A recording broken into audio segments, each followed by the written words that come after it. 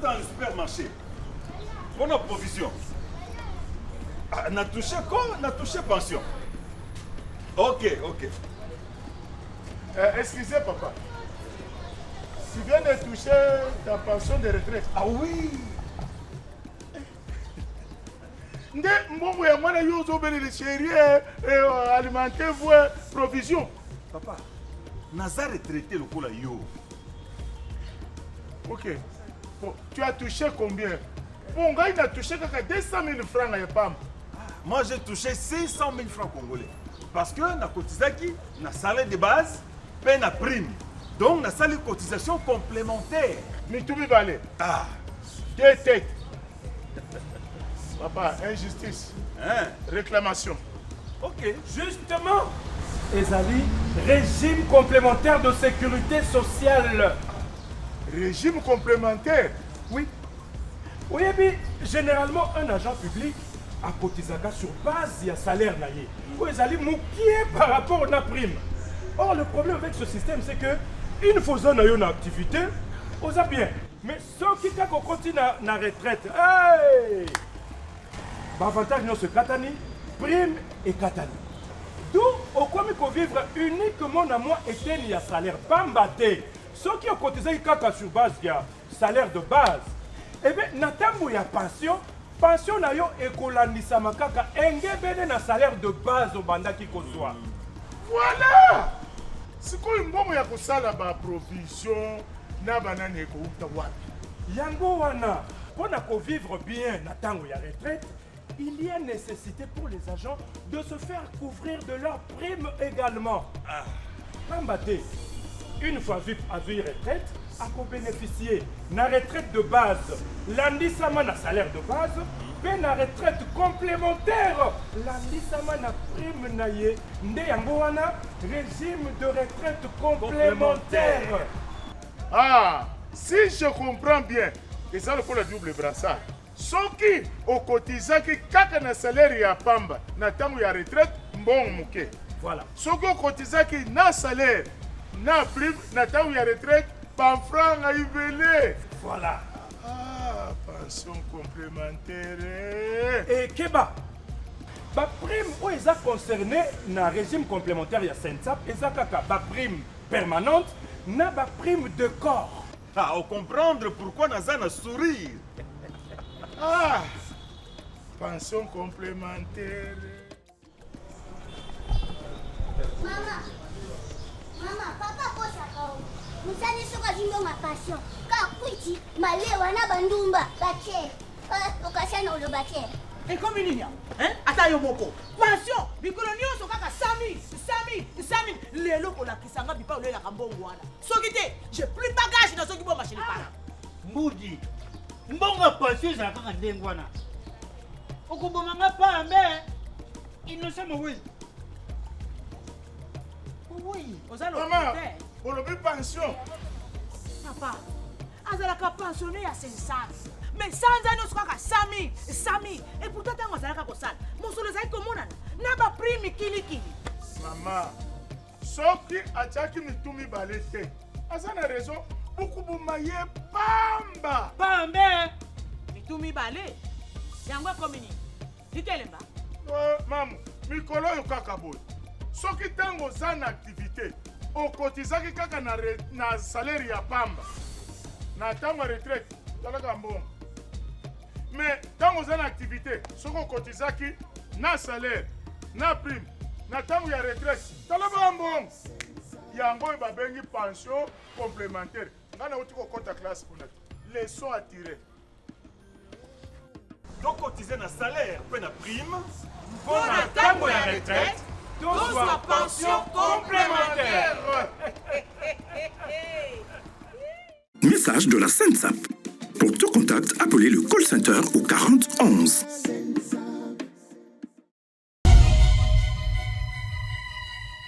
Mbote Nabino, Balandi Abosolo Télévision, deuxième partie, Bobo Sanate, Lelon à 20h juste. Nous allons recevoir M. Patrick Mouyaya, ministre de la Communication, candidat député na Funa, aza invité na biso lelo na pourquoi porte-parole à gouvernement à partir de 20h juste. Merci Kaoboye. Deuxième partie, il y a place aux élections. Motonio soit koki koya awa ba pekisi motote. Motonio soit koki koya. O mekinzoto. Tutunyo mituna baye bayo kayo. Baso sola likanisi no zani ni projet no zani ni loi o yozo kenango zali nini. Ba terme de référence, il y a candidat na bino bozo soutenir zani. Donc Motonio soit zali libre roleka na bo solo télévision qui reste la seule chaîne à une audience très populaire, la première d'ailleurs chaîne au cœur des investigations. Les loyo, et ça ici quand mogoto ko betali solo ya TV so solo zate. Lopango mogote sambo solo, téléphone mogote sambo solo elongia sango, ezobi melabino na ba téléphone na banda ko na bino. Porte nyonso bo solo ezali. Deuxième partie, 30 minutes pour des candidats comme on le donne. Fumutoto Basanga, communicateur et à campagne à Félix Tshisekedi, azapé candidat député national numéro 2, na Lomela. Il y en a Sankuru. Na Lomela. Na Lomela. Et puis provincial, aza numéro 22 à Kimbansek. Voilà. Nansele. Nansele, pardon. Nansele na Kinshasa. Na commune Nansele. Ouais. Nde aza na Kinshasa. Donc aza na ba candidature mibale. Ouais. Na Lomela numéro 2 et puis awa na Nsele na Kinshasa na Tchangu. Bopona na numéro 22. Fumutoto Basanga Mbote. Mbote tata sango mena ko bakiselo ko moko ezoka musanga yoza muto molimo so kolotela ngando toni. Mukonzi na ngai on azali communicateur ya campagne na ye. Le candidat président de la République numéro 20 Fachi Beton aza numéro 20 des awana. Autorité morale na ngai ya A25 Mama Fifi Masuka Saïn la Deborah di Lualaba aza candidat député national na Kolwezi numéro 22. Ngai nazali candidat député national na Lomela na numéro 2. Pe naza de candidat député provincial na Tchangu, pardon na Nsele na numéro 22. Pour ni partout ba dendengo. Na ngaki tango na kutana Tchangu na koma journaliste na tuna question. Te na rolot en direct. Si to koma na suka ni sekoya. Allez la sepeli komona yo. Alors, Ozali molobeli pour la campagne. Moko ya balobeli la campagne à Félix Tshisekedi. Mais en même temps, yo moko pi Ozali candidat. Ce n'est pas la première fois où postuler. Bon, na postulé kamba moko na mwamba. Ouais. Ya liboso na kotémoigner reconnaissance na nga parce que Ozala kité ni mission mo to kina mamelo na semana na lobaka boy. To bundeli régime bino sopoza témoin ba congolais ko banda na parce que na longwa ka FCC na plateau na yo.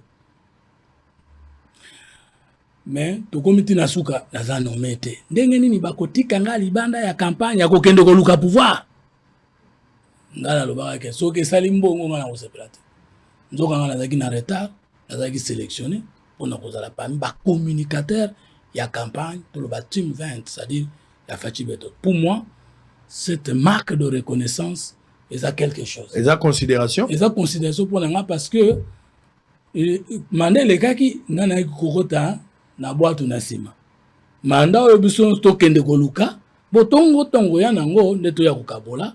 Je crois qu'encore c'est mieux et plus c'est ça mokonzi mboka tanga monanga apesaka nga considération no mo na discours na sur l'état de la nation tanga zo kitazo ya koleka to ki batebele kaka place apesaka nga mbota liboso otolaka na yo wana mais nazaki na loboko ya mwasi ayepa moninga tomboli ngai na kolemba te pour na moniquer le chef de l'état a de la considération, pas à moi, mais à ce que j'ai fait. Très bien. Allez, tous allez en direct. Serrez vos ceintures, messieurs et dames. On va parler d'abord de votre candidature avant de Jamais Très bien. Tshisekedi a-t-il un bilan? Bato Bazolanda. Tshisekedi a le 19 novembre dans le stade. Tshisekedi a tambola, mais dans le lancement de la campagne à Sengi, à Lobibo Pesangai, deuxième mandat. Sobo Pesangai, deuxième mandat. Tala ba point na kosala yango azali kisi ba axe na ye oya kosala. Mais avant qu'on y arrive, Tshisekedi a un problème, il doit d'abord défendre le bilan par rapport à confiance au ba Congolais ba pesa qui est pour la quinquennat ya liboso. À ce stade ici Fumutoto total na misu tala ba Congolais tolo ba mokie mais tolo ba solo to aussi les sagnon sur les lotés, mais je pense que l'essentiel il faut à la dite.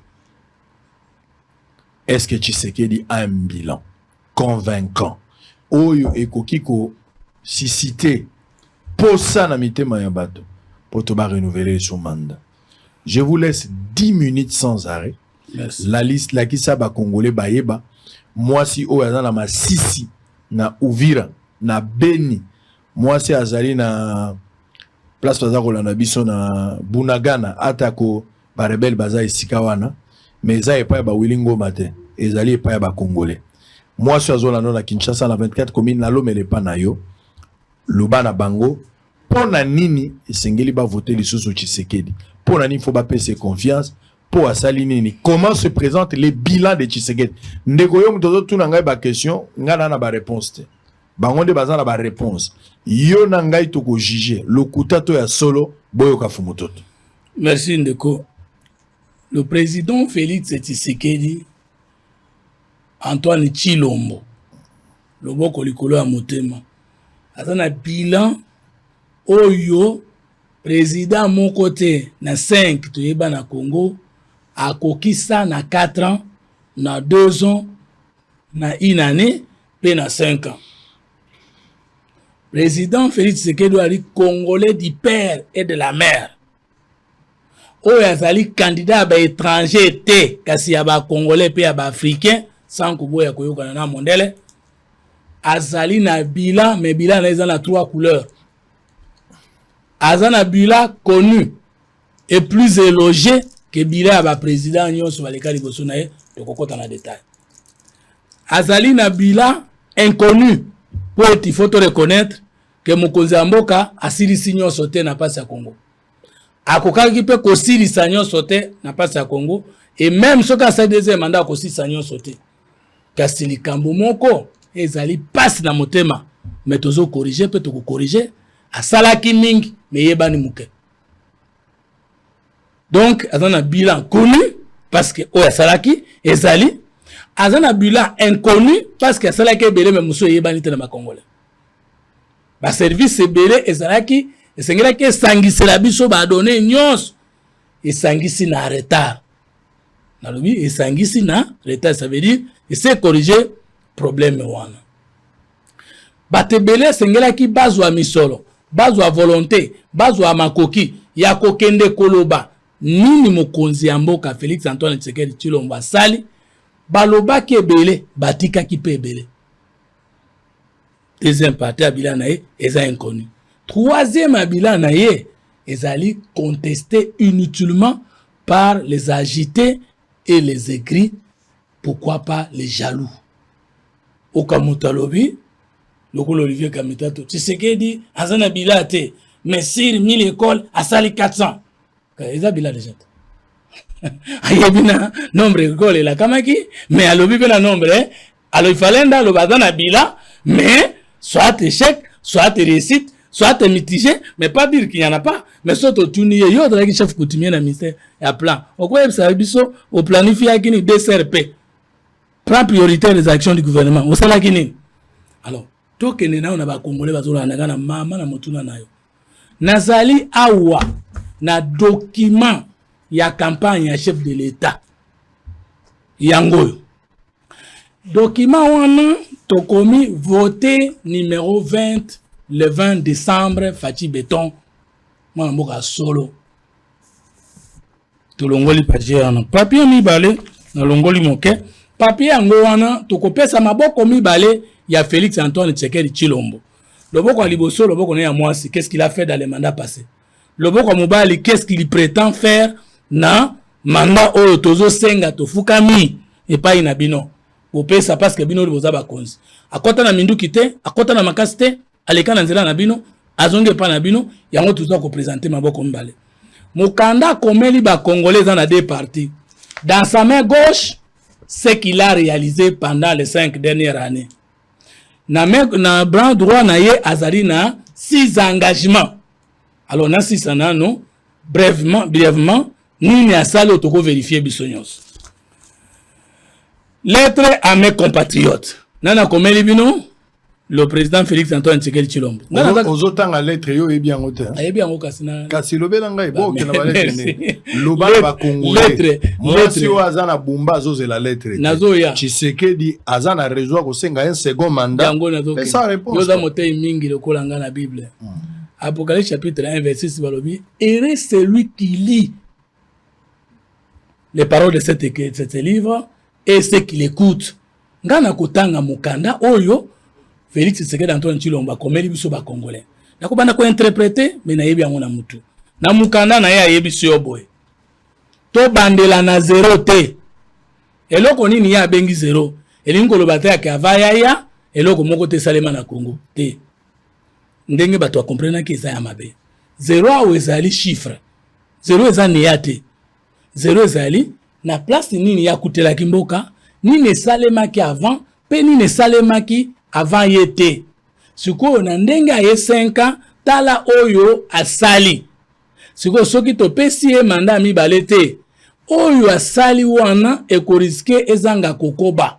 Alors apesi 6 points seulement ya résumé na kobakisa yangai na sima. Fumutoto basanga.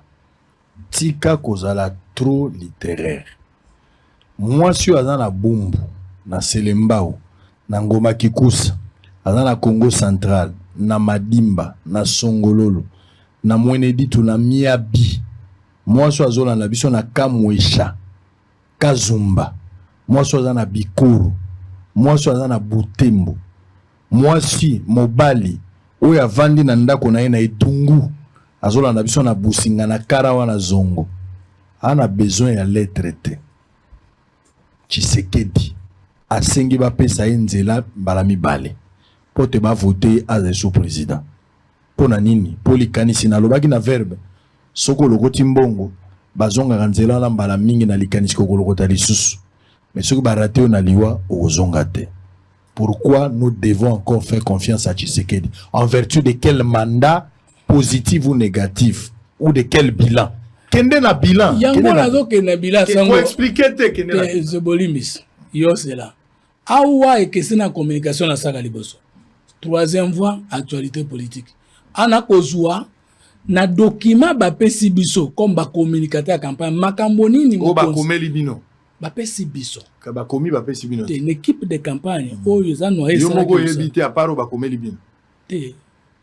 Naza parmi bato akomaki te. Mais bakabo biso bapanzi sango ya candidat. Donc communiquer makambo yo za na maîtrise te. Na ko communiquer on na maîtrise ya malamu yo ko kande na kei. Point premier, restauration de la fonction de contrôle financier et d'audit des comptes publics pour changer les attitudes des gestionnaires des fonds publics. Premier point oya sengi confiance à lobby. Na kuta kimboke za na mbongo ebele, mais okota na libenga ya ba Congolais muke, moyen pe sunga peuple na ba pasi na ye ezalité. Mbongo ezalaki kokende wapi ba contrat ezalaki mal signé entre l'état congolais na bato bazo kosala mosolo na mboka. D. Ba dignitaire ya régime bazalaki na ba avantage ba gestion de présence yo moko monaki ba carte bancaire spéciale o ezali kosilisa mbongo ya mboka. 3. Moto seke ba nommé akomi ko confondre libenga ya l'état na libenga na ye. Nzoka ndembongo wane ko uta na lola te poto bongisa mboka ngai Félix Tshisekedi Antoine Tshilombo tango na ye na bito ko sala nini na créer institution moko APLC Agence pour la lutte contre la corruption pe na tie loboko na oyo l'état na kutaki otobengi inspection générale des finances. Inspection générale des finances wana ekilamaki nano ba 1987 kuna yazala kité mais pesa maki musala ya kolandela misolo mboka contrôle a priori avant salela bongo l'état faut batala ndengo nolingo salela tango zo salela concomitant na sima ko salela nde mwana mboka lobi na kendeki kozwa IGF na talaki na kati IGF parce que congolais moko ya mutu esalaka ya bolingo ya mboka ya motema ya solo akoki koyiba te pe alandeli miyibi plutôt azate na bwaka kiliso na Gilles Alingeti tango na bwaki Gilles Alingeti na sutuki boye mwana mboka bana ikozela nani akosunga ye alandela miyibi obazali kosakana na mbongo ya mboka. Gilles Alingeti est une fierté nationale, continentale, internationale avec l'impulsion du chef de l'État. Conséquence.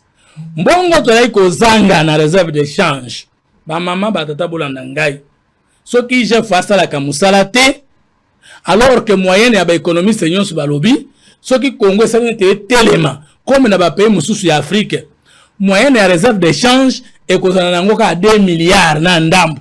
Mais le moyenne de réserve d'échange est à 5 milliards na koleka likolo et les cas même moyenne africaine en général.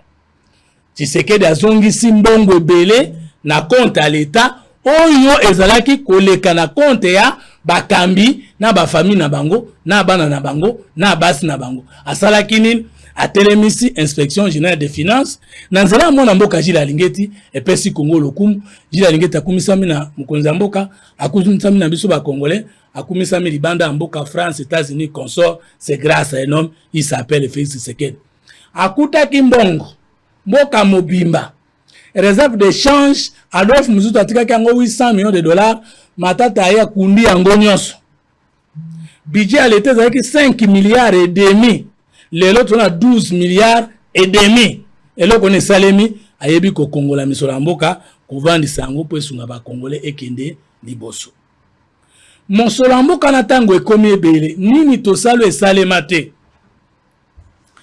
banseignant bazalaki muke na mboka tobakisi ebele koleka mutu moko atikala kobakisa yango te na mbongo ije fois surveiller na mbongo oyo babangi koyiba na bakambi ya leta to tche ba nombre d'élèves et bakisami koleka ndenge tozwate plus de 5 millions d'enfants o bako kozutanga te bazongi na classe bande kona lingi na campagne mokonza mboka boye baketa to ba gratuité wana ezala kere de français ezala ka gratuité te ezala kande prise en charge des dépenses qui étaient prises en charge par les parents cette fois-ci par l'état elingo lo bateke komi vide te elingo lo bande place au moboto na ko futa nde l'état komi kofutela ye mbongo wana tuzwe bele to sali yango nini mboko ezalaki na embargo moninga aza kobeta yo me bazo pekisa yo bakangi yo singa na arbitre ozo bunda naye ke ya beta ka kaka me yo ko bunda naye te ndeko Félix Tshisekedi azumbongo na yo atamboli na mokili pe ake ko obtenir levé embargo kosomba minduki mais maintenant que balongoli on a levé d'embargo kosomba minduki okosomba ngombongo eza wapi mbongo na yo wana nde sombi minduki koleka ba régime oyo elandanaki mbongo na wana sali recrutement de plus de 10 000 congolais bakei na armée parce que âge moyenne ya soda na poto ya congolais awa eza 50 alors que na 50 ans militaire américain asalongo na musala soda akomi na musala mosusu bongo wana tosali na yango nini mutu moko te na ba président to connaissant atikali kosala réforme reconstruction ba école na construction ba école lokola Félix Tshisekedi Antoine Tshilombo te na pesa yo kaka place oyo comprendre na programme ya développement local ya 145 territoires mwana mboka Tshisekedi na moins de 2 ans tongeli yo combien 7208 salles de classe 7208 na moins d'une année na mboka tokoya na émission kolanda na géolocalisation 788 centres de santé et 145 bâtiments administratifs tokomi kuna ndenge nini ayebaki kozongisa mosala ya IGF ya Cour des comptes atie impulsion bato oyo bazana pouvoir bakomo kota boloko bato na pouvoir bakomi kokangama babangi musola leta mbongo evimbi tomatisi salaire ya fonctionnaire tokitisi bavion et puis to betami choc économique mondial te parce qu'il faut yebake na mandat Félix Tshisekedi eza na 3 parties parti moko sombre FCC cash parti ya mibale COVID-19 plus crise ya Russie na Ukraine parti ya suka union sacrée sungi mokonzi mboka pour réaliser na moins de 2 ans nyonso esalemi lelo ya mibale na kotala ndenge ije fafungoli miso parce que na lo ndenge bapesi na programme ya biso ya communication pour comprendre et puis si biso un programme macroéconomique qui a permis de consolider les réserves officielles d'échange évaluées actuellement à 5 milliards de dollars alors que la moyenne est de 2 milliards. Alors réserve d'échange zanini mbongo nayo ozozwa nyonso mais il fait permettre yo papesi yo o dépenser ozo continuer ko dépenser mais mbongo mususu e bombame mbongo wana Caravage Tshisekedi aya ebane ko bomba na ba compte ba banque commerciaux Félix commercial. Félix Tshisekedi ah mais oyo asalaka mbongo ya mbongo. Nakende suko bomba wa reserve na nga kuna ndenge ni asaleli lelo ndenge ba mboka ya poto nyonso salela bake ko tia bang ya ngombo na ba banque non commerciale pour kuna ezali malamu ndenge esalemaka e ba compte wana ekomi certifié conséquence. Jamais beaucoup développer mboka na bino na mbongo na bino soki boza na mbongo ya continent na bino te. On ne fait pas de bonnes affaires avec ses propres capitaux. On fait les affaires avec les capitaux des autres. Ça veut dire mboka nyonso za mokili, il fait de la crédibilité nationale et internationale pour yeba pe ko zo misola bato mosusu. Grâce à Félix Tshisekedi tozongi na programme avec l'institution à Bretton Woods, tozozwa 1,5 milliard de dollars na Banque mondiale. O tokukaki kozwango te. Mais pour Banque mondiale apesa yo, il faut amona bena ke ba compte na yo ekomi ba compte normaux. Tshisekedi moto azongisi Congo na lokumu oto perdaki na orbite internationale. Maintenant tolongwe na programme wana tozui sikoyo la gratuité de l'enseignement de base. Na kati ya gratuité de l'enseignement de base to sali ba école ya sika. Ba congolais moko ndo bengama NU. Atangisaka mais non payé. NE nouvelle unité. Mususu NP non payé. Ba enseignant nyonso wana ba futami. Tala. Budget avant Tshisekedi aya na pouvoir et enseignement, ezalaki na 7 milliards de francs congolais. Lelo ezana 380 milliards de francs congolais. Ça veut dire quoi? Ça veut dire accroissement de 270%. Tala même na tena fep bana oyo bakokaki kozonga na classe te po baboti na bango bazaki na makoki ya kotangisa bango na école publique te. Parce qu'il faut boyeba que gratuité de l'enseignement de mokonzi mboka asali yango. Asali yango te po na bano baboto bazaki na incapacité ya kotangisa bana na bango na lopio to na école ni te. Ezalaki nde po na baboto bazaki na quartier mais bazo kokate kotinda mwana na une école publique. Baboto wana lelo baza na kati ya S5. Toke sikoyo likambo ya gratuité de la maternité. Et le qu'on appelle photo bongisa français. Eza pe gratuité de la maternité te. Eza ande prise en charge par l'État des soins prénataux, des soins de naissance et post-nataux. Ça veut dire que kozu en charge mwana va botama, tanga zo botama, pe mikolo muketo mulai na simaya ko botama. Et le kouwana na koki kosala ngo na Congo avant Félix Tshisekedi Antoine Tshilombo aya. Tango tozu biloko nyonso wana armée na biso eza na bitumba. Mobutu azalaki soda, Laurent Désiré Kabila azalaki soda, Joseph Kabila azalaki soda, batikali kopesa loi de programmation militaire te. Loi de programmation militaire na biso lelo eza na mbongo au moins 1,2 milliard de dollars o ezokota na ko créer ba centre na formation, na éducation, na achat équipement, na contrat, na formation, etikali ko salema liboso te. Nyonso wana mona mboka Félix Tshisekedi asali yango na tango muke koleka bato o basali 18 ans, basali 32 ans. Tozui sikoyo mama na likambo na processus démocratique. Avant Tshisekedi aya na pouvoir. Combien d'opposants bazalaki en exil et belé? Combien d'opposants bazalaki na la prison na Kinshasa na Makala et belé? Combien d'opposants bazalaki na Géoléaner et belé? Depuis que moi Mboka Félix Tshisekedi Antoine Tshilombo comme na pouvoir à Sango, yebisanga combien d'opposants en prison pour des questions politiques? Liberté de manifestation, liberté d'association, liberté des médias, liberté de presse, Internet, signal RFI, nyonso. Alors, maintenant, tango sali makambo wana, azongisi mboka na dignité, zwa likambo lokola francophonie, mundele yemoko akamwe, non seulement qualité salemi, na conséquence elekeli. Alors, yebisanga ibande ko ba Congolais, na ba président nyonso o biso to connaître, parce que to connaître depuis 1960 jusqu'à présent, 5 présidents. Alors, question tuna kingai. Et là, on n'y tindi to voter Tshisekedi to pesaye deuxième mandat. Depuis mboko zamboko yo, moto moko tatikali ko penser développement à partir de la base. Depuis Mundela ya. Kaka Mundela mutatonga ba bâtiment administratif na ba province. Ya lobité. Kinshasa n'est pas le Congo. Ce qui toujours continue ka ko bongisa na capitale, to bongisi na katité.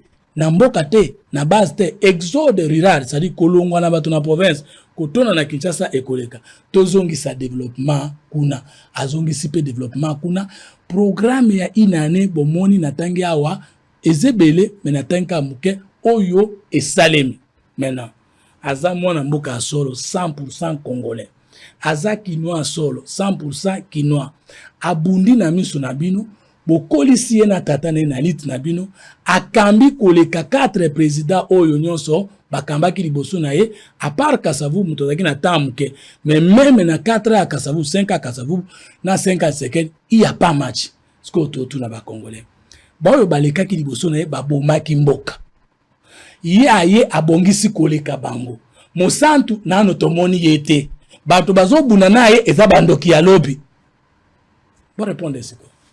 Très bien. Na tout no moi mituna. Oui.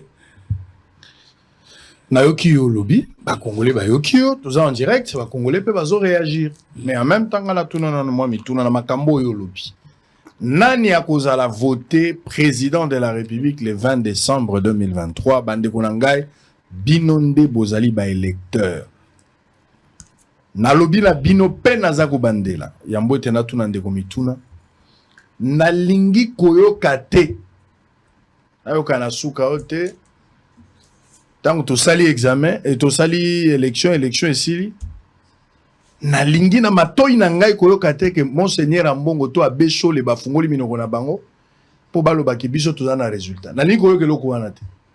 Ngai na lingi koyoka ngote. Pe congolais koyoka eloko modèle wana te. Lokuta makasi. Na lingi pe koyoka te na matoi na ngai Dodo Kamba. To Albert Kankienza, je parle des églises de réveil ou confession religieuse musuzu. Ba fungola minoko na bango te biso pe to vérifier ki muta gagné président tel. Boyo kaba pasteur te, boyo kaba sango te, lokuta. Kaka se ninde azali na makoki. Boyebi ki arbitre aleki nganga na makasi. Arbitre aleki nganga na makasi. Ata okei epai ya nganga pesi okisi. Oye nango na terrain.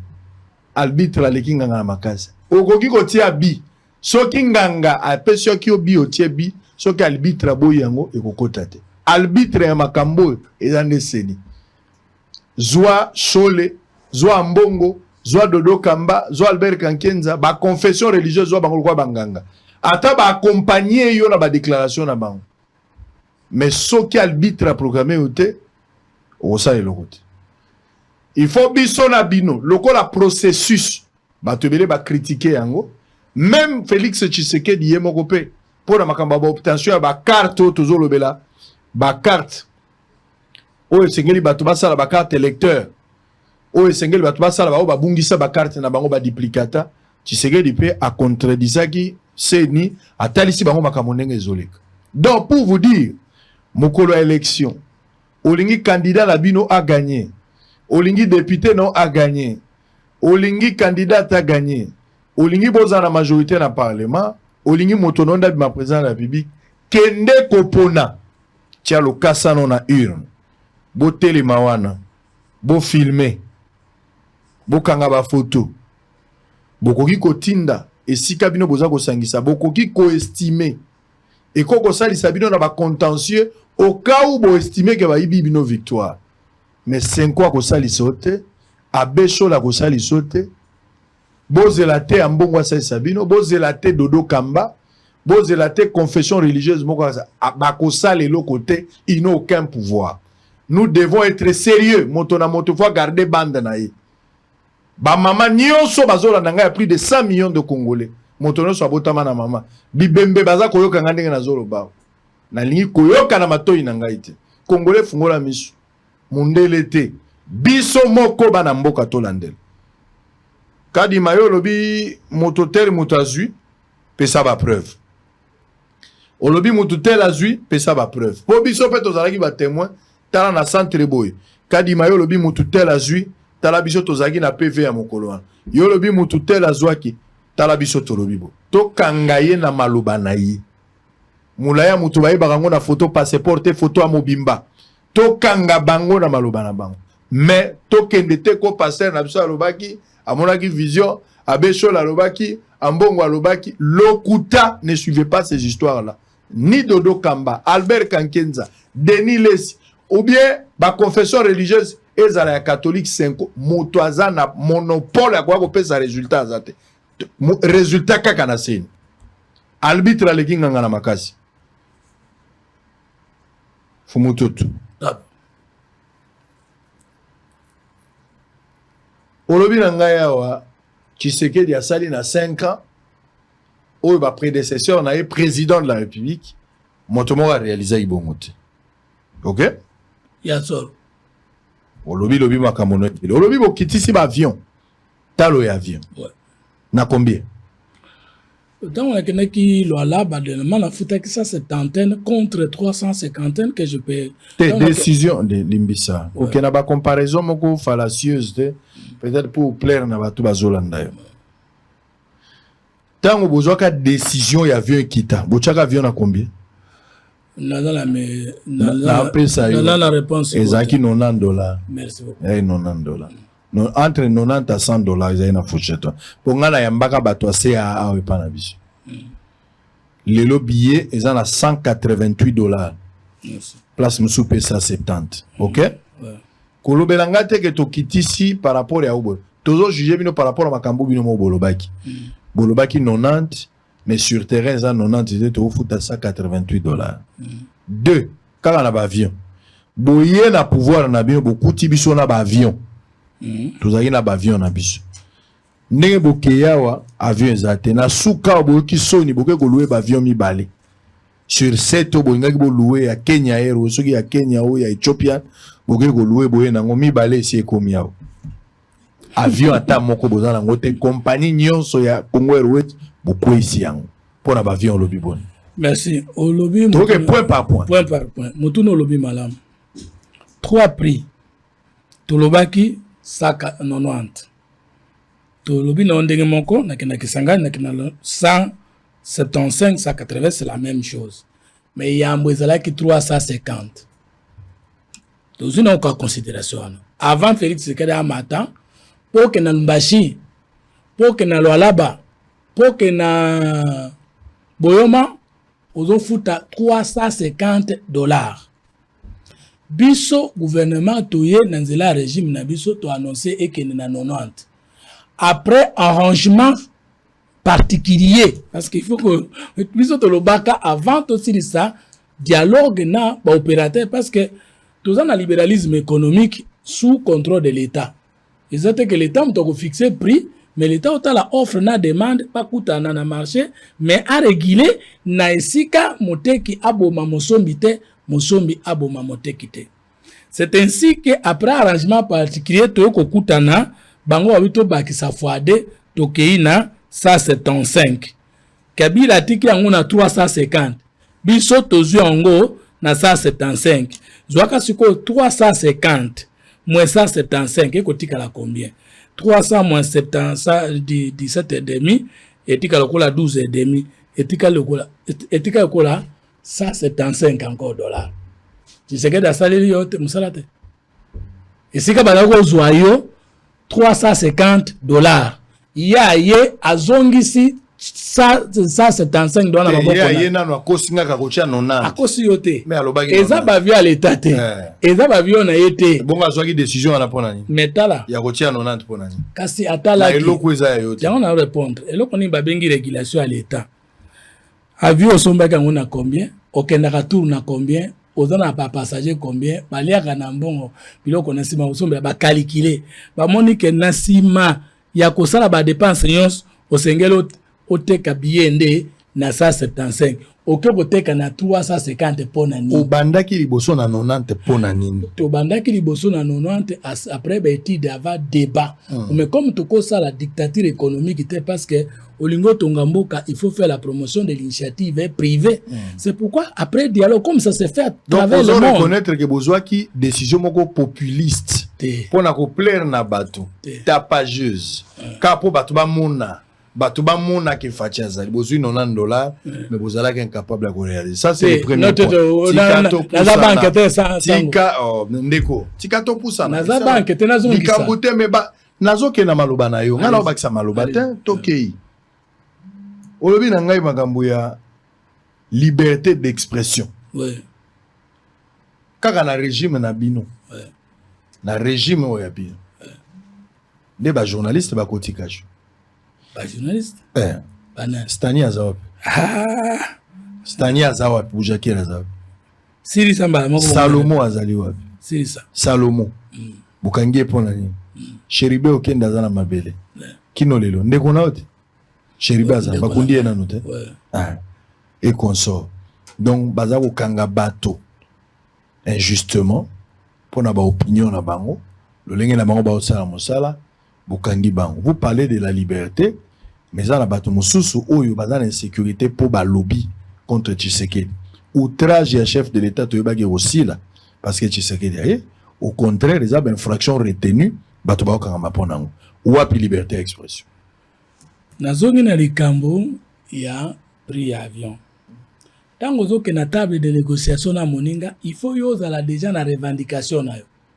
Yepe akoya na revendication na ye. Après concession de botelemi. Mwana mboka Tshisekedi akende ko négocier pona ba Congolais ticket avion. Ba commerçant ba ko négocier pona mission na bango ticket avion. Après échange, débat et délibération, mwana mboka zueli yo enlèvement ya $175 oya zongiseli yo na ndako. Ngana lobelo ko moko sango na bosani.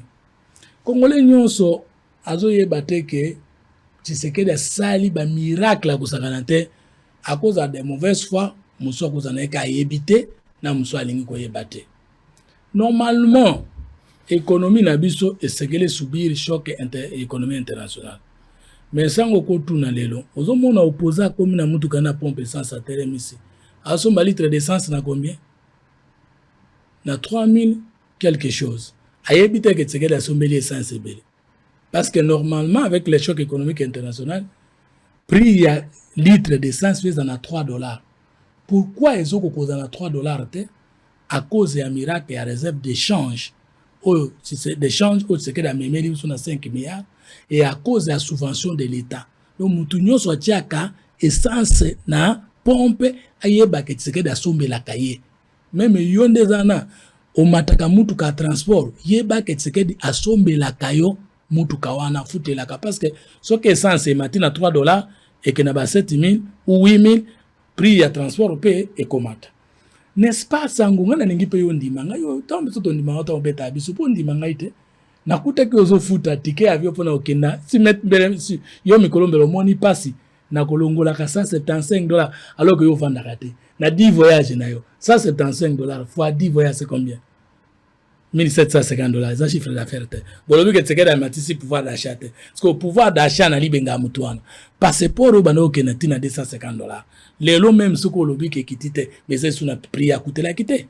Alors maintenant tokoki kozonga na question na pona koloba ke le fait qu'il a trouvé à $350 kakitisaki ke abakiseli yo $175 na poche na yo entre yena Moïse Katumbi na Kabila oyo batika ki yoka kofuta ka $350 okoboya Tshisekedi oyo abakiseli yo mbongo na poche okende kozwa Katumbi o bana olongola mbongo na poche entre Katumbi na Tshisekedi Katumbi na Kabila o batiki ba avion misatu na compte ya société ya Congo Airways na Tshisekedi muto abomi ba avion wana batika kinde ba cercle vola misatu batika ba avion te yo yebi avion asika yo yebi mutu ka asika même occasion d'Europe en exasa torulaka na yango plus de 6 mois na nebebite mais avion yo zolo batika ka avion asika yo yebi ke ekufaka na Kisangani kokitana yango est-ce que avion asika ekufaka ndengo wana eza bibembe ndetse Tshisekedi akutaki bosoke bembe poli o opekisa ko pola ndenge ebembe mutu akufi siko zolo akopola te mais il faut tirer na frigo Tshisekedi atikala kokuta ba avion malonga te o Kabila atikaki Tshisekedi n'a détruit rien de ce que Kabila a fait. Wapi ba avion Tshisekedi asombi. Tshisekedi mbongo afuteli bana classe et l'équipe mbongo somba avion na tina. Parce que c'est un investissement. Tous les Congolais ba mataka avion te. Mais 6 millions d'enfants balinga batanga te. Mbongo tozui pona bango. Mbongo tozui pona minduki po bonsomi na yo ezala. Na mbongo ya somba avion. Il y a quand même des priorités dans un état. Il y a quand même des priorités. Comme il n'a pas empêché aux investisseurs d'amener leurs avions. Là, c'est un faux débat. Tout État n'est pas commerçant. L'État n'est pas obligé d'avoir les avions. C'est l'initiative privée. Mais est-ce que Tshisekedi a empêché l'initiative privée de travailler? Non. Faux débat. Moïse Katumbi a coquille cause à la modèle pour les Congolais pour y aller par une bande de coba moins beaucoup. Natozonga na likambo ya avion yango na personne répond. Tozonga ce qu'on a likambo ba journaliste. Est-ce que l'état de droit signifie là où il n'y a pas d'infraction, il n'y a plus d'infraction? Est-ce que l'état de droit signifie là où on arrête plus les gens? Est-ce que journaliste veut dire quelqu'un qui est au-dessus de la loi? Toute la moyenne. Natangwa Kabila, Natangwa Mobutu, par année, Bodalaki na organisme na binu ba journaliste comme na ngoni. JED. Journaliste en danger. INPC. Bobana omona passe Natangwa Kabila kokendaka kolandaka journaliste bakangi kuna juna. Mais yo sango ndo zabo fingi ngai. Tout na fundi yo bakangi yo Tshisekedi mutakangiso okoselinga makambo ba poursuivre Stani Boujakila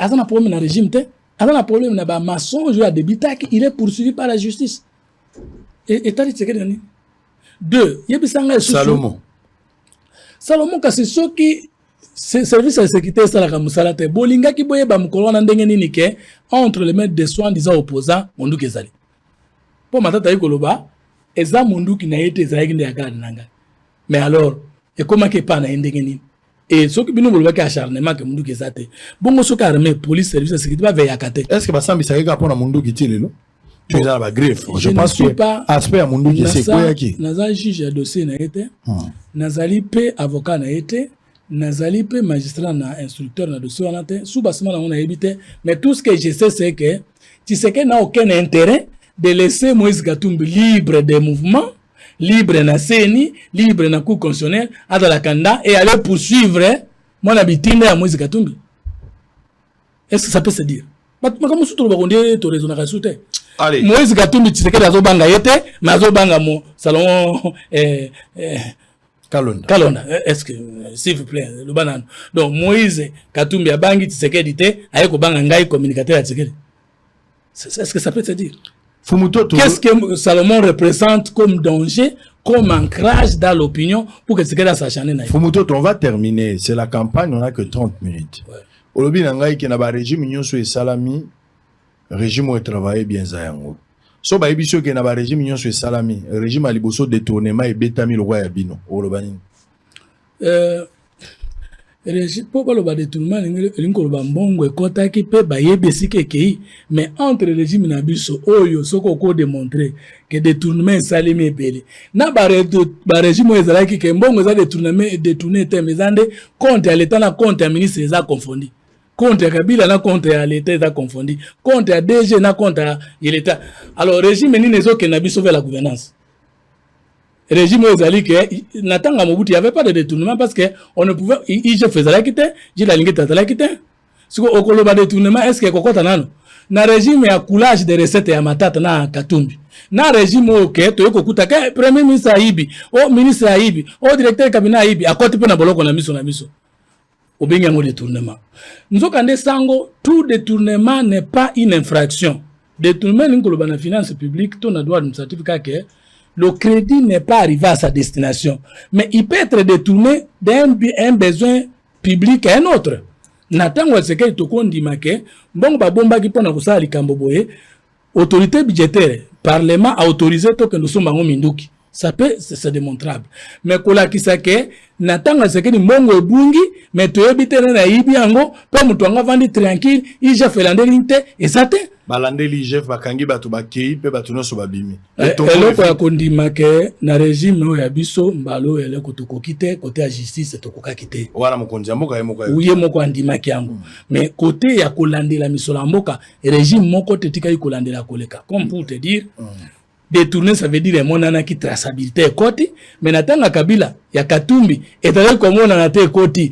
Le Katumbi kuna zaki na Katanga, ozo kota na entreprise na ozo kota na caisse à l'état et yebanité.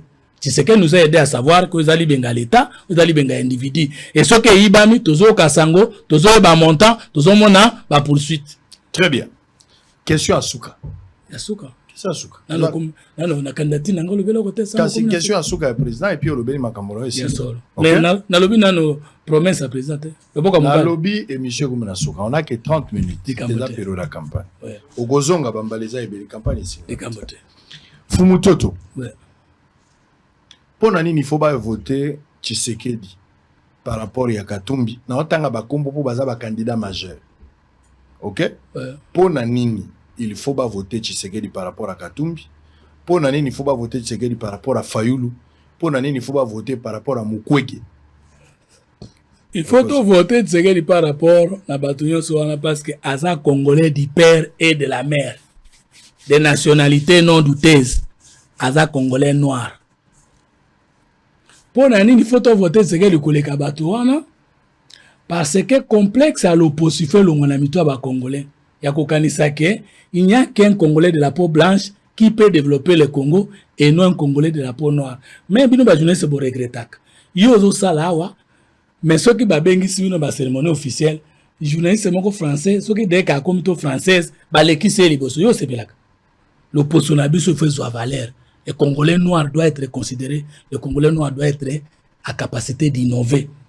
Toutes choses restent égales par ailleurs. Biso on tous ba Congolais. Yo demi-congolais, nga 100% congolais. Topé ça nos chances, na oya 100% congolais. Maman Denise Nyakiru, congolaise. Félix Tshisekedi Antoine Tshilombo, congolaise. Mais yo sango, yo moko tata na italien. Yo sango, yo moko maman na yo, cour constitutionnel akangi biso munoko. Akangi biso munoko, makangi biso milimute. Akangi biso munoko, makangi biso mitemate. Cour constitutionnelle. Donc on sait parce que c'est la haute cour de notre pays. Mais la loi est la loi. Mais nos cœurs sont nos cœurs. Nos pensées sont nos pensées. Tobungite, qu'est-ce qui s'est passé? Parce que mon tout mon côté à cause de la yemoko congolais, yemoko zambien, yemoko titelien. Ce que les Cambodais, les Camba Congo, Yakubongisa Congo, ndengeni ni biso to ebiko na nationalité douteuse, biso to bandope so ba voix. Ya liboso. Ya mibale, moi sinayo étrangère, iyo moko demi congolais. Bato nyonso zolo ba wana na Tshisekedi. Ce que to bimisi bango na parcours politique, motoko bima mukeka Martin Fayulu. Parcours politique à Dr Mukugeza. Alita wapi.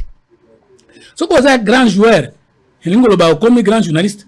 Ce qu'on a grand journaliste, elingolo comme grand joueur. Non, tu yebi Dr Mukug comme un Congolais de qualité na makambo oya se distinguer.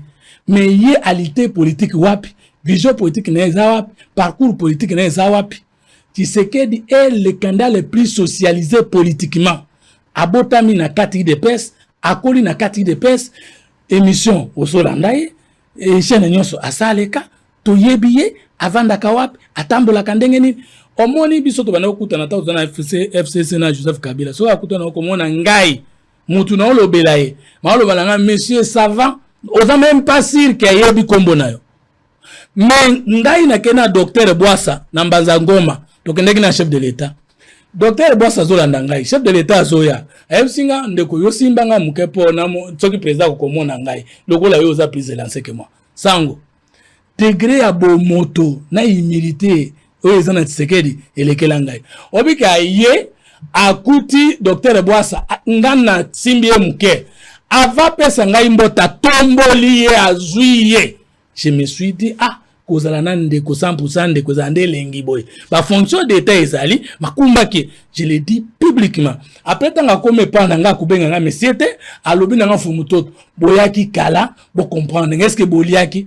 président tokoma ki 10h yo koma na 15h tokena mbola lodge tokendolia en tout cas atape singa mbongote mwana mboka zoleka mutu moka lobaka bon même imaki aso na raté entre mutazo mema maki na mutu ale maki na ngai na pesa confiance na nani mokonzi ya mboka ye akuti kinoazo leka na maki abengi yaka na maki azuyali Tshisekedi akitisi Buzoba lolendo ezalaki na fonction ya chef de l'état asambusi yango tiango ke ezaka ke fonction na lobe asambusi Buzoba la ndinga mabe asambusi Buzoba sadi biloko moko esangatina oyebi même to tokendeki na seni yao pour nous se présenter. Bah regarde bah non mais fumutoto bokotindi kaye pona nini. Hiye bana batuna ngai. Et ça nous fait honneur. Maman Denise dans cette émission, aye fumu émission no sala ki na sepe nango fort. Moi je me sens intégré dans Tshisekedi. apese loko côté na o senti neti ye azana compte nanga. On se comprendre. Mais alors, est-ce qu'il y a socialisé dans l'intérêt non personnel? Valeur qu'il accorde au Congolais. Yo kutana kana benga ona ni sango. Takutana ne wapi? Bunga kutana yo kutana ete. Kasi loba na kutana loba clé. Mais yo êtes journaliste. Ozotanga ngai mbala moko naza na loba na télévision. La seule fois na moni Tshisekedi, la seule fois. Mais melanga contradiction na kutana Tshisekedi mbala moko. Une fois nazaki na hôtel oyo ya hôtel du fleuve. Il y avait une activité qu'on a été invité comme patron et presse. Ce qui n'a bimi tant on a zo bima nazaki na pasteur Gili. To bimi li bandanga la ngina suba tant on a zo bima ka na toilette wo ba garde ba bisinga chef de l'état zo ya to zongi na sima. Nzoka yesa mona ibiso. Tanga na zo abengi nga na kombo na banda wana na tika mona na tseke. Solongi singai. Omoni ko. Merci yo popes. Sango na boyi. Yo da pasteur na biso. Na bola ndela yote likabote tikangai nyalobi tikangai mumwe tu as vu amoni ba journaliste abengi bino na kombo yo kutana na Joseph Kabila ata na point de presse pas benga na kombo da facile Kabila pesi na mona ye sita kutana Kabila abenga na kombo pena na socialisation ngai sita mona na Kabila benga pe na kombo ngai na olo bango na TV likambo ezate ba témoin bazali na kombo likambo ezate mumwe Mzee Laurent Désiré Kabila. Namona pe Katumbi. Abenga pe na Kombo. Mzee Laurent Désiré Kabila. Mzee Laurent Désiré Kabila. Atraki Congolais socialisé comme président. Nous n'avons connu que des présidents. Oyo soka mona na ba Congolais au sentir kazé pa na bango. C'est Laurent Désiré Kabila. Tant que tanga papa Joseph Kassaou parce que na mona kitana été na Félix Tshisekedi. Deuxième. Mukwege. Na Katumbi bandeko ya Kagame. Nga Congolais neke no voter bango yo zo mona muto zo boma bana na yo me yo ndeko na zo kokotanga bango te bango balobi yo ka nani Katumbi aloba boye yeso ka comme président aussi sa guerre na 3 mois na 6 mois aloba 3 mois na 6 mois mais guerre yo yebi mutu na makolo te yo poza ki na régime yango tikalo 6 yango te na 6 mois kuna na katanga siko zala ko tika ba katanga ava banda je dois azawana aussi sango te kaka soko comme président aussi sango da 6 mois ça dit yo moko yebi sika gere utaki pe abakisi ngaso na comme président na makamba Congo na kotanga mutute otanga mutute alors que agression ezali interdite na charte des Nations Unies okotanga mutute alors que Nations Unies et Union européenne Belgique France ba ondi make Kagame aza ko agresser Congo okotanga mutute alors binini et là, quand on a comme aboyezande, biso moko to décider ko futa Congolais $150. OK. Na Gabon va futa ka soda na bango combien? Na Congo Brazzaville va futa bon biso moko to futi ba soda na biso $150. Et tindi yo Kagame ya okota na Congo ndengeni. Il justifie la barbarie de Kagame. Bango mibale wana batanga ka Kagame te. Babanga kokotanga. Donc tozo mboka to pesa bango ba candidat de l'étranger, ba candidat des étrangers. Toya kopesa bango pouvoir Congo ango to na pasi na yango to batela yango to bokola yango baya ko nganza masusu bon somme yango chef de l'état lobby plus d'unité plus de sécurité pour tous. C'est ça un peu plus uni, plus fort, plus sécurisé. C'est ça. Donc le lo congolais ko sana na yo ba pesi ombongo na ebité soko lingolia olia même kolo ya le 20 décembre Ozana KTT kende kosa duplicatan. Mboule beta boutoué zala na bureau de vote na présidentiel voté numéro 20 Félix Tshisekedi Antoine Chilombo. Yende yo bisonde ye azalo kola biso tozalo kola ye fachi azana azala nano avanda wana poete à l'équipe bango. Très bien. Moïse Katumbi Avanda ata la deuxième mandat de tout salam. Fumutoto, je pense que c'est la Tokomina Souka papa tout talangonga. Isa campagne c'est le temps. Hein? Après vous on a d'autres programmes. Et puis à 20h juste, nous allons recevoir Patrick Mouyaya, communicateur, porte-parole du gouvernement, mais candidat député aussi. Je pose un candidat député numéro 2 dans l'Omela, posa numéro 22 Lansele. Pourquoi il faut pas voter Fumutoto? La dernière question. Pas voter Fumutoto parce que j'ai une vision. Le développement triade. L'homme a 3 parties. L'homme est esprit, l'homme est corps, l'homme est milieu. En considérant les Congolais comme esprit, nous devons combattre l'ignorance, la peur et la pauvreté. Comme corps, la malnutrition, la maladie et l'insomnie. Comme milieu, nous devons combattre l'enclavement, l'insalubrité et la pollution. Nyonso wana tokosala yango na principe misato kondima bonzambe koyeba bomoto kokoka bomboka. Vote na science politique est défini comme acte grave qui consiste à un citoyen de donner sa vie à un autre citoyen pendant toute la durée du mandat. Ce qu'on dit ko voter mutu, ça veut dire mi komisi ye ya komi yo ti 5 ans. Boko voter nga po boyebi baide na ngai.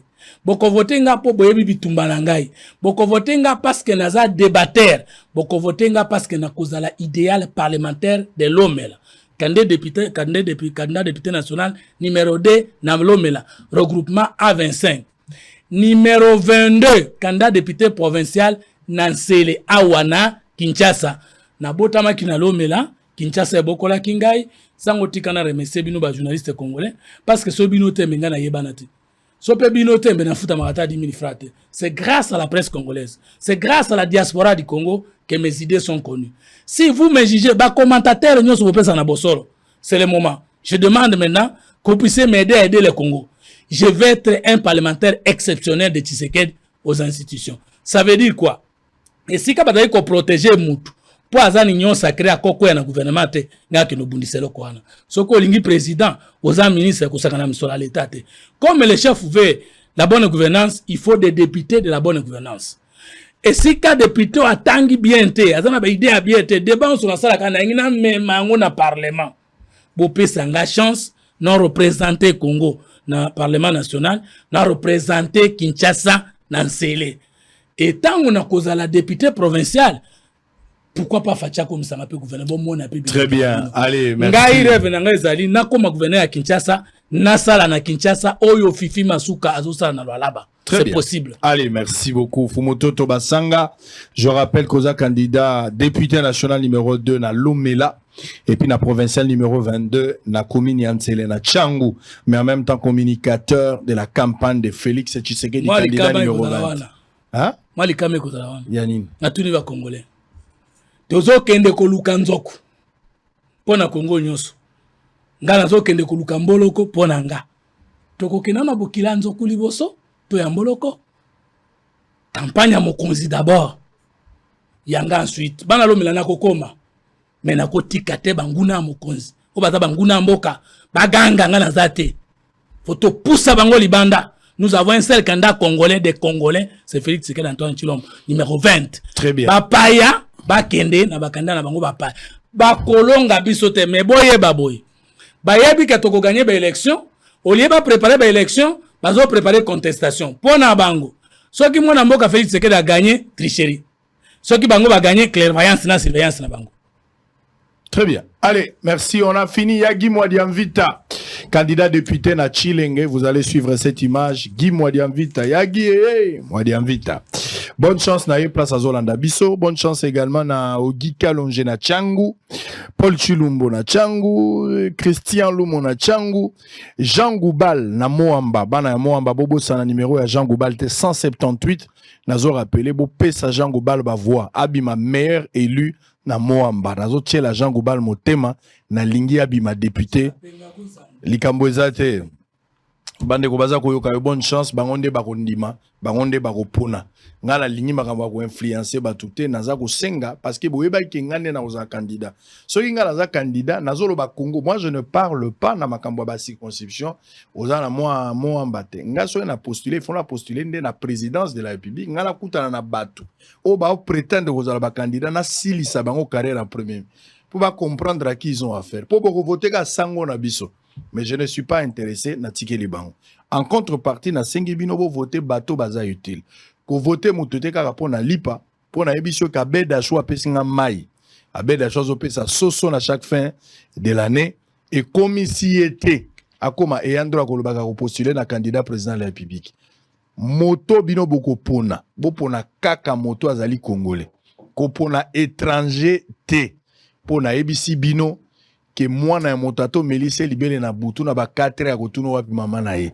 Bozana intérêt. To souffrir d'infiltration bambula na bambula. Infiltration outi na Rwanda. Babomi musée. Kabila ye.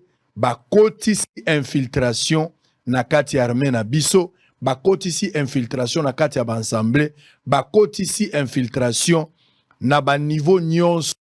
Tokomi na ba député atozoma kombo na ya ko changer mais azali monguna. Bango de ba opesa ba information même na mais bazo affaiblir toutes les stratégies. Kagame akomi koluka na ba dongolo miso ya mindele. Lolenge nini bakokotisa batu ya sika. Po ba oyo bakotaka liboso bakoli déjà. Ba oyo bakotaka bazaka na 50 ans après 20 ans bakokoma na ba 70 ans bazali susu na service ya makasité vis-à-vis à Rwanda. Bakomi koluka bato asika bakotsa bali bakotsa bilenge bazelaki yango na dialogue mbomba bato. Siko bakomi koluka yango na ba élection. Ko voter motote oyo azali étranger. Tika étranger po na lobaka na verbe. Na yebisa kabino que mbeto akolala bawela na mupayata za moto mikolo aza koleka. Na boy koyoka ke monguna komi na mutu ya mboka. Po monguna ata opesi 1 million azaka monguna. C'est le soir qui détermine les origines si on est fils. Kanga maloba wana na ebisio.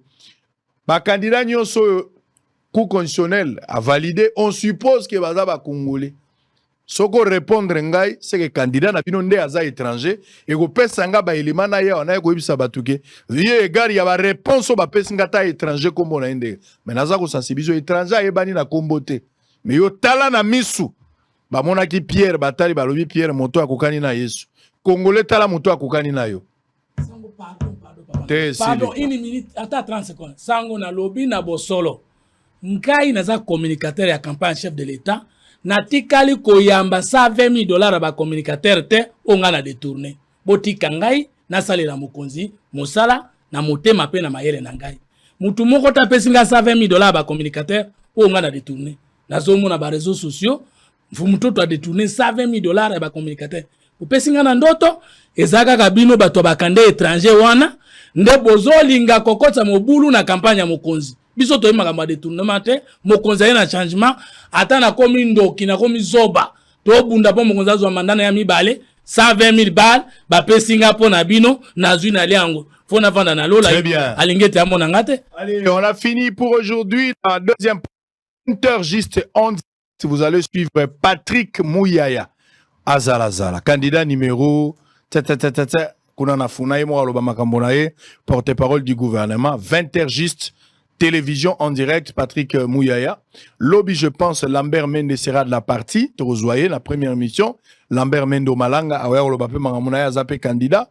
Le samedi, à partir de 19h, nous aurons Kaboulo, ministre à sport, Azoyape. Donc, je pense que c'est même nous a tout fait tout flamme. Candidat président Petouza Robong Batikalaki. Lundi, 2 semaines, et Tikali et Rosalama B. Na ebiso ba bilan souhaitant bolaka na venir pour ba candidat muso ba kokufaka à partir mais ba kokufaka na attention au moni ndenge campagne komeli ndenge contre pona lobaki na bino na kosala contre campagne na ba na lundi oza candidat président de la République vie privée no awa en direct contre campagne ezana batu muso akokata à partir ndaka bisi madame nazo mona lisu flou ba tie bo tension comme na 3 Guy-moi Diamvita bosolo esili à 20h.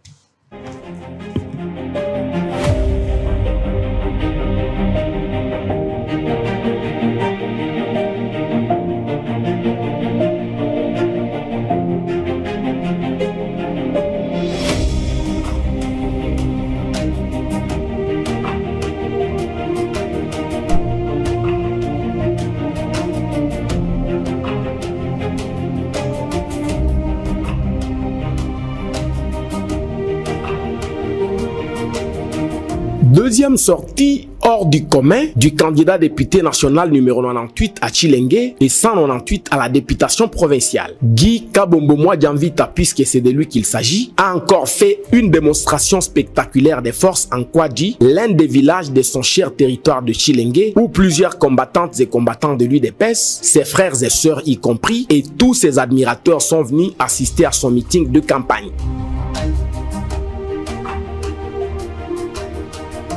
Prenant la parole, Guy Kabombo Mwadjanvita a tenu à remercier les uns et les autres pour leur soutien au numéro 20, Félix Antoine Tshisekedi Tshilombo, leur choix naturel, le candidat du peuple, c'est lui qui mérite la confiance de tous les Congolais. Notre candidat a sa propre succession. Guy Kabombo Mwadjanvita, le pion très gagnant de Fachi Béton, a été applaudi par plusieurs milliers de personnes fiers d'avoir un frère au bon cœur qui ne veut pas voir les Bakwa Kalonji souffrir.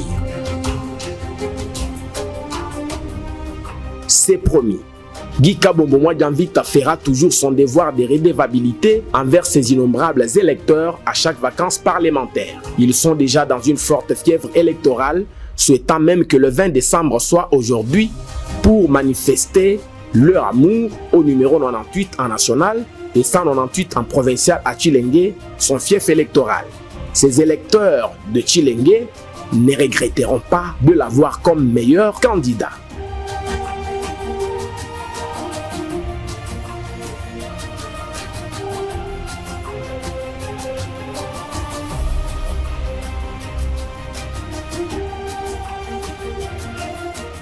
Fika mwabe tu tubakoje bosu basanga teta ulo kwa kalonji kwa kajile mwane tubo mwadi anvita umo trompa la mu députation nationale mu provincial amwane Fachi Béton numéro 20 borga tubi mwabe ko muyiki mwimpa wa election de tribunal matu makasa ko kubwele ule 20 décembre yetu bosu turibamba ni mwa Félix Tshisekedi tubitole miganda twambagacha ni mwadi anvita kabombo Tumwele na mikanda Kabombo Mwadjanvita. Tuwele Kabombo Mwadjanvita ni Tshilombo wa Tshisekedi.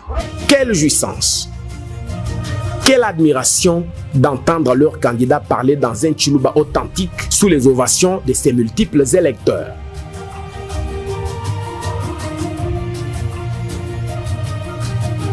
Votons tous sans réserve pour le candidat convenable d'être élu chez lui.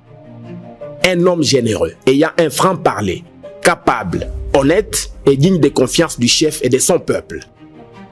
Nous et nos familles votons pour Guy Kabombo Mwadjanvita Wetutuetu. Il mérite de nous représenter valablement.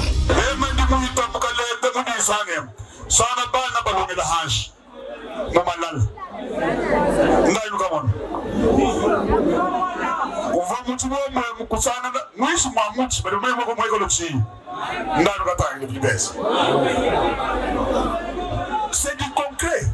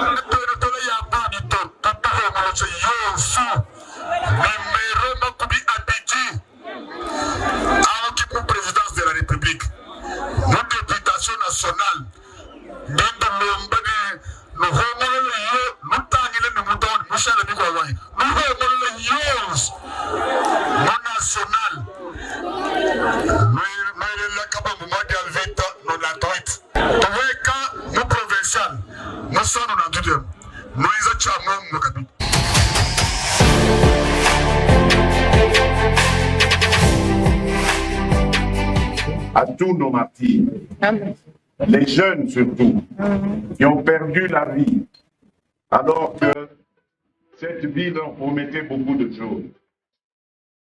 Parmi eux, il y en a qui sont aussi dans les geôles de la dictature. Je pense spécialement à Christian Loumou,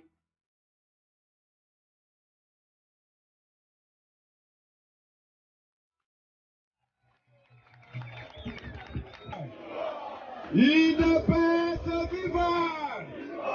La monnaie posée à Kolemba. Posée à Kolemba. Alors, Toganga Makasi Bola qui s'est invité Nangake, Nazana Mabele Nangake, différence Ezali. IDPS viva! IDPS viva!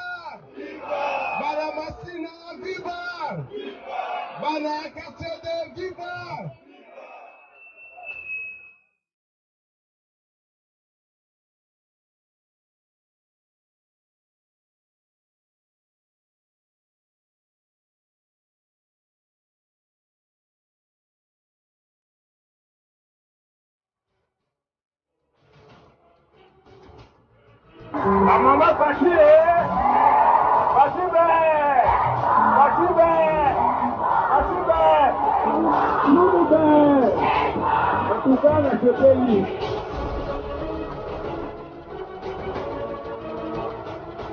lelo nayopesa bino message moko mpe conseil toyeba koboya masolo ya kuluna toyokani toyeba kosekirize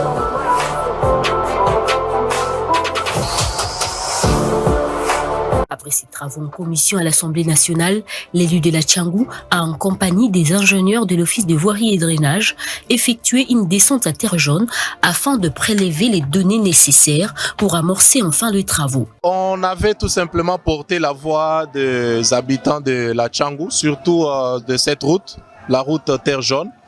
C'était très important que les ministres nous écoutent. La route a été retenue sur son plan d'action. Toutes les eaux qui viennent de ce côté, il faut absolument qu'il y ait un canal d'écoulement.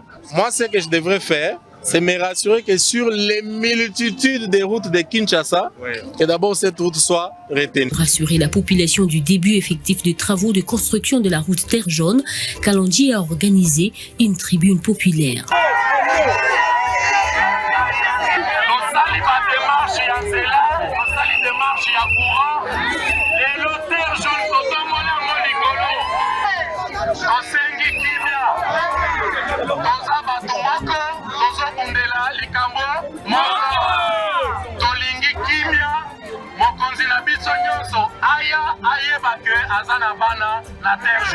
Ces travaux de construction ont été lancés en mars 2021 par le président de la République, Félix-Antoine Tshisekedi.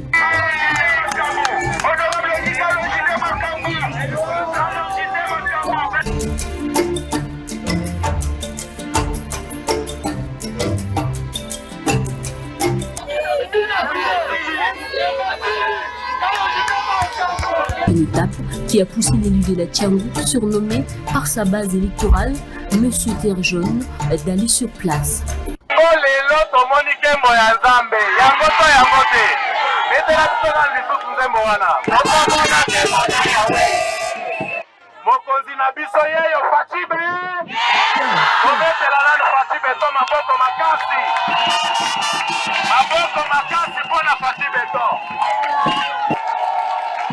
Les riverains n'ont pas caché leur joie.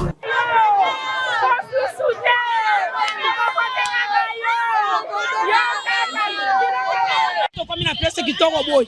Tokomi kitoko munde kendeke te. 24 nzele komi bien. Bana babana ko bundanawa na bazelo metala nzela kitoko boy. Na sepeli makasi. Tala tozalaki vraiment kotambola na moto passe tem soko mata na moto na zelo bokomi ko kanga mo ko matina moto ngaza ko kita carrière mais na kita sous carrière te pona za niveau carrière na koma kitaka na terre jeune pona koma mona sengo makasi soko matina moto donc directement okemba la monda ko eza problème en tout cas to sepeli makasi. Merci pour un député na biso Kalonji pas bon c'est biso nzela. Merci na président na biso Fati pasali musala bien ba continuer. Apprécie vraiment ce qu'il est en train de faire les députés Kalonji.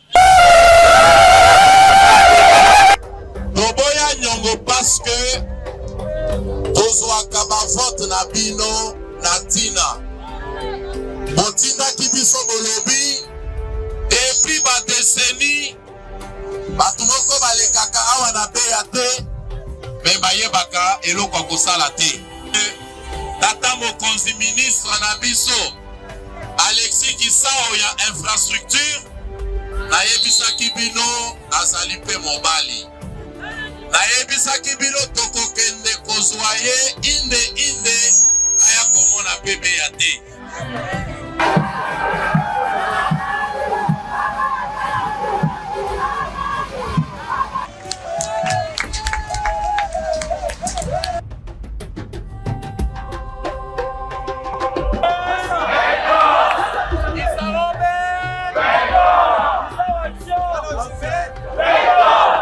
Comme vous l'avez dit il y a quelques mois, nous étions de passage ici avec les ingénieurs de l'OVD.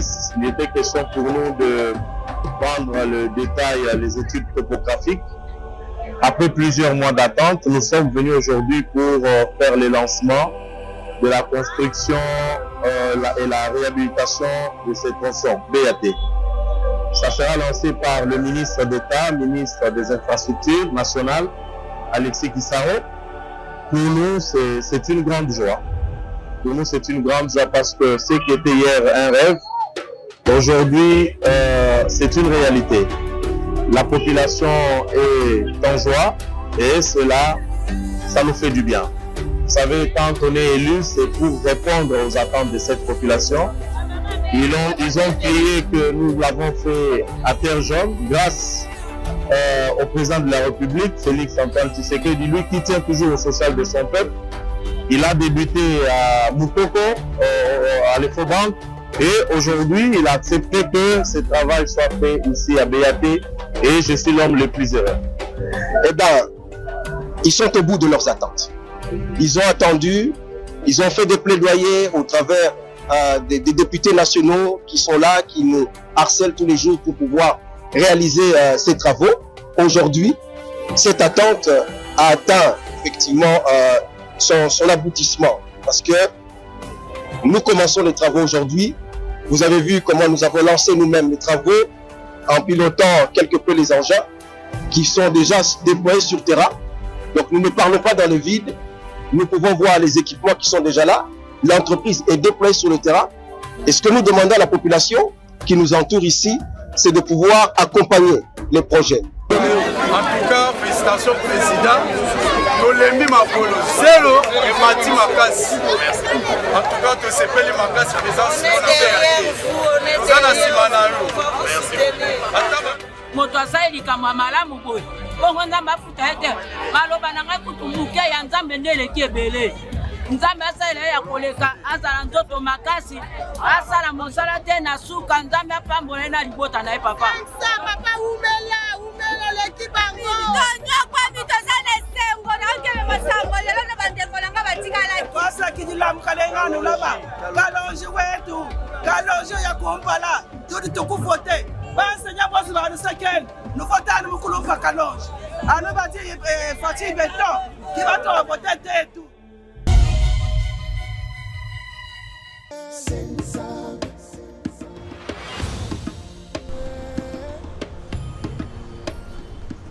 Beaucoup dans le supermarché. On a provision. On a touché quoi? On a touché pension. Ok. Excusez papa.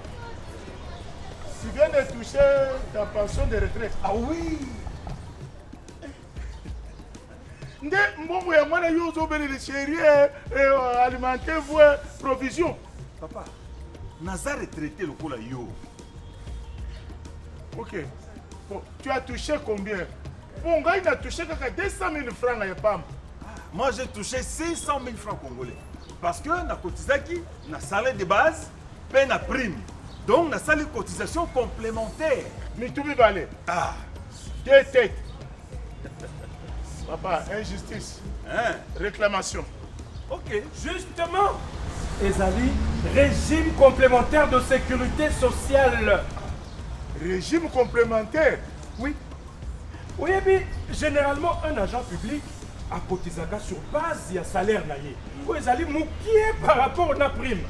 Or, le problème avec ce système, c'est que une fois qu'on a une activité, on a bien. Mais ceux qui continuent à la retraite, hey! Avantage non se katani, prime et katani. D'où au quoi il faut vivre uniquement dans moi et il y a salaire bambaté. Ceux qui ont cotisé sur base il y a salaire de base. Eh bien, natambu ya pension na yo ekolandisa makaka engebele na salaire de base au banda qui soit. Voilà. C'est quoi une bombe ya kosala ba provision na banane ekouta wapi? Yango wana pour vivre bien na tango ya retraite. Il y a nécessité pour les agents de se faire couvrir de leurs primes également. Mambaté, une fois à vie retraite, à bénéficier de la retraite de base, l'andissama na salaire de base, puis la retraite complémentaire, l'andissama na prime naye, nde yango wana régime de retraite complémentaire. Ah, si je comprends bien, et ça le pour le double brassard. soki okotizaki kaka na salaire ya pamba na ntango ya retraite mbongo moke. Voilà. Soki okotizaki na salaire na prime na ntango ya retraite bafranga ibele. Voilà. Ah, pension complémentaire. Et Keba, ba prime où est concerné na régime complémentaire ya SENSAP, eza kaka ba prime permanente na ba prime de corps. Ah, on comprendre pourquoi naza na sourire. Ah, pension complémentaire. Mama, papa posaka. Musani soka zindo ma passion. Ka kwiti malewa na bandumba bache. Okashana ulo bache. Et comme une ligne, hein? Ata yo moko. Passion, bikolo nyonso kaka Sami. Lelo ko la kisanga bipa ole la kambongo wana. Soki te, j'ai plus bagage na soki bo machine para. Mbudi. Mbonga passion za kaka ndengwana. Okuboma nga pambe. Innocent mwe. Oui, ozalo. Maman, olobi pension. Papa, azalaka pensionné ya SENSAP. Mais sans anneau soka Sami. Et pourtant tango azalaka kosala. Mosolo zali komonana.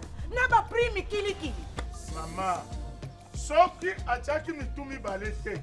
Aza na raison okubuma ye pamba. Pambe.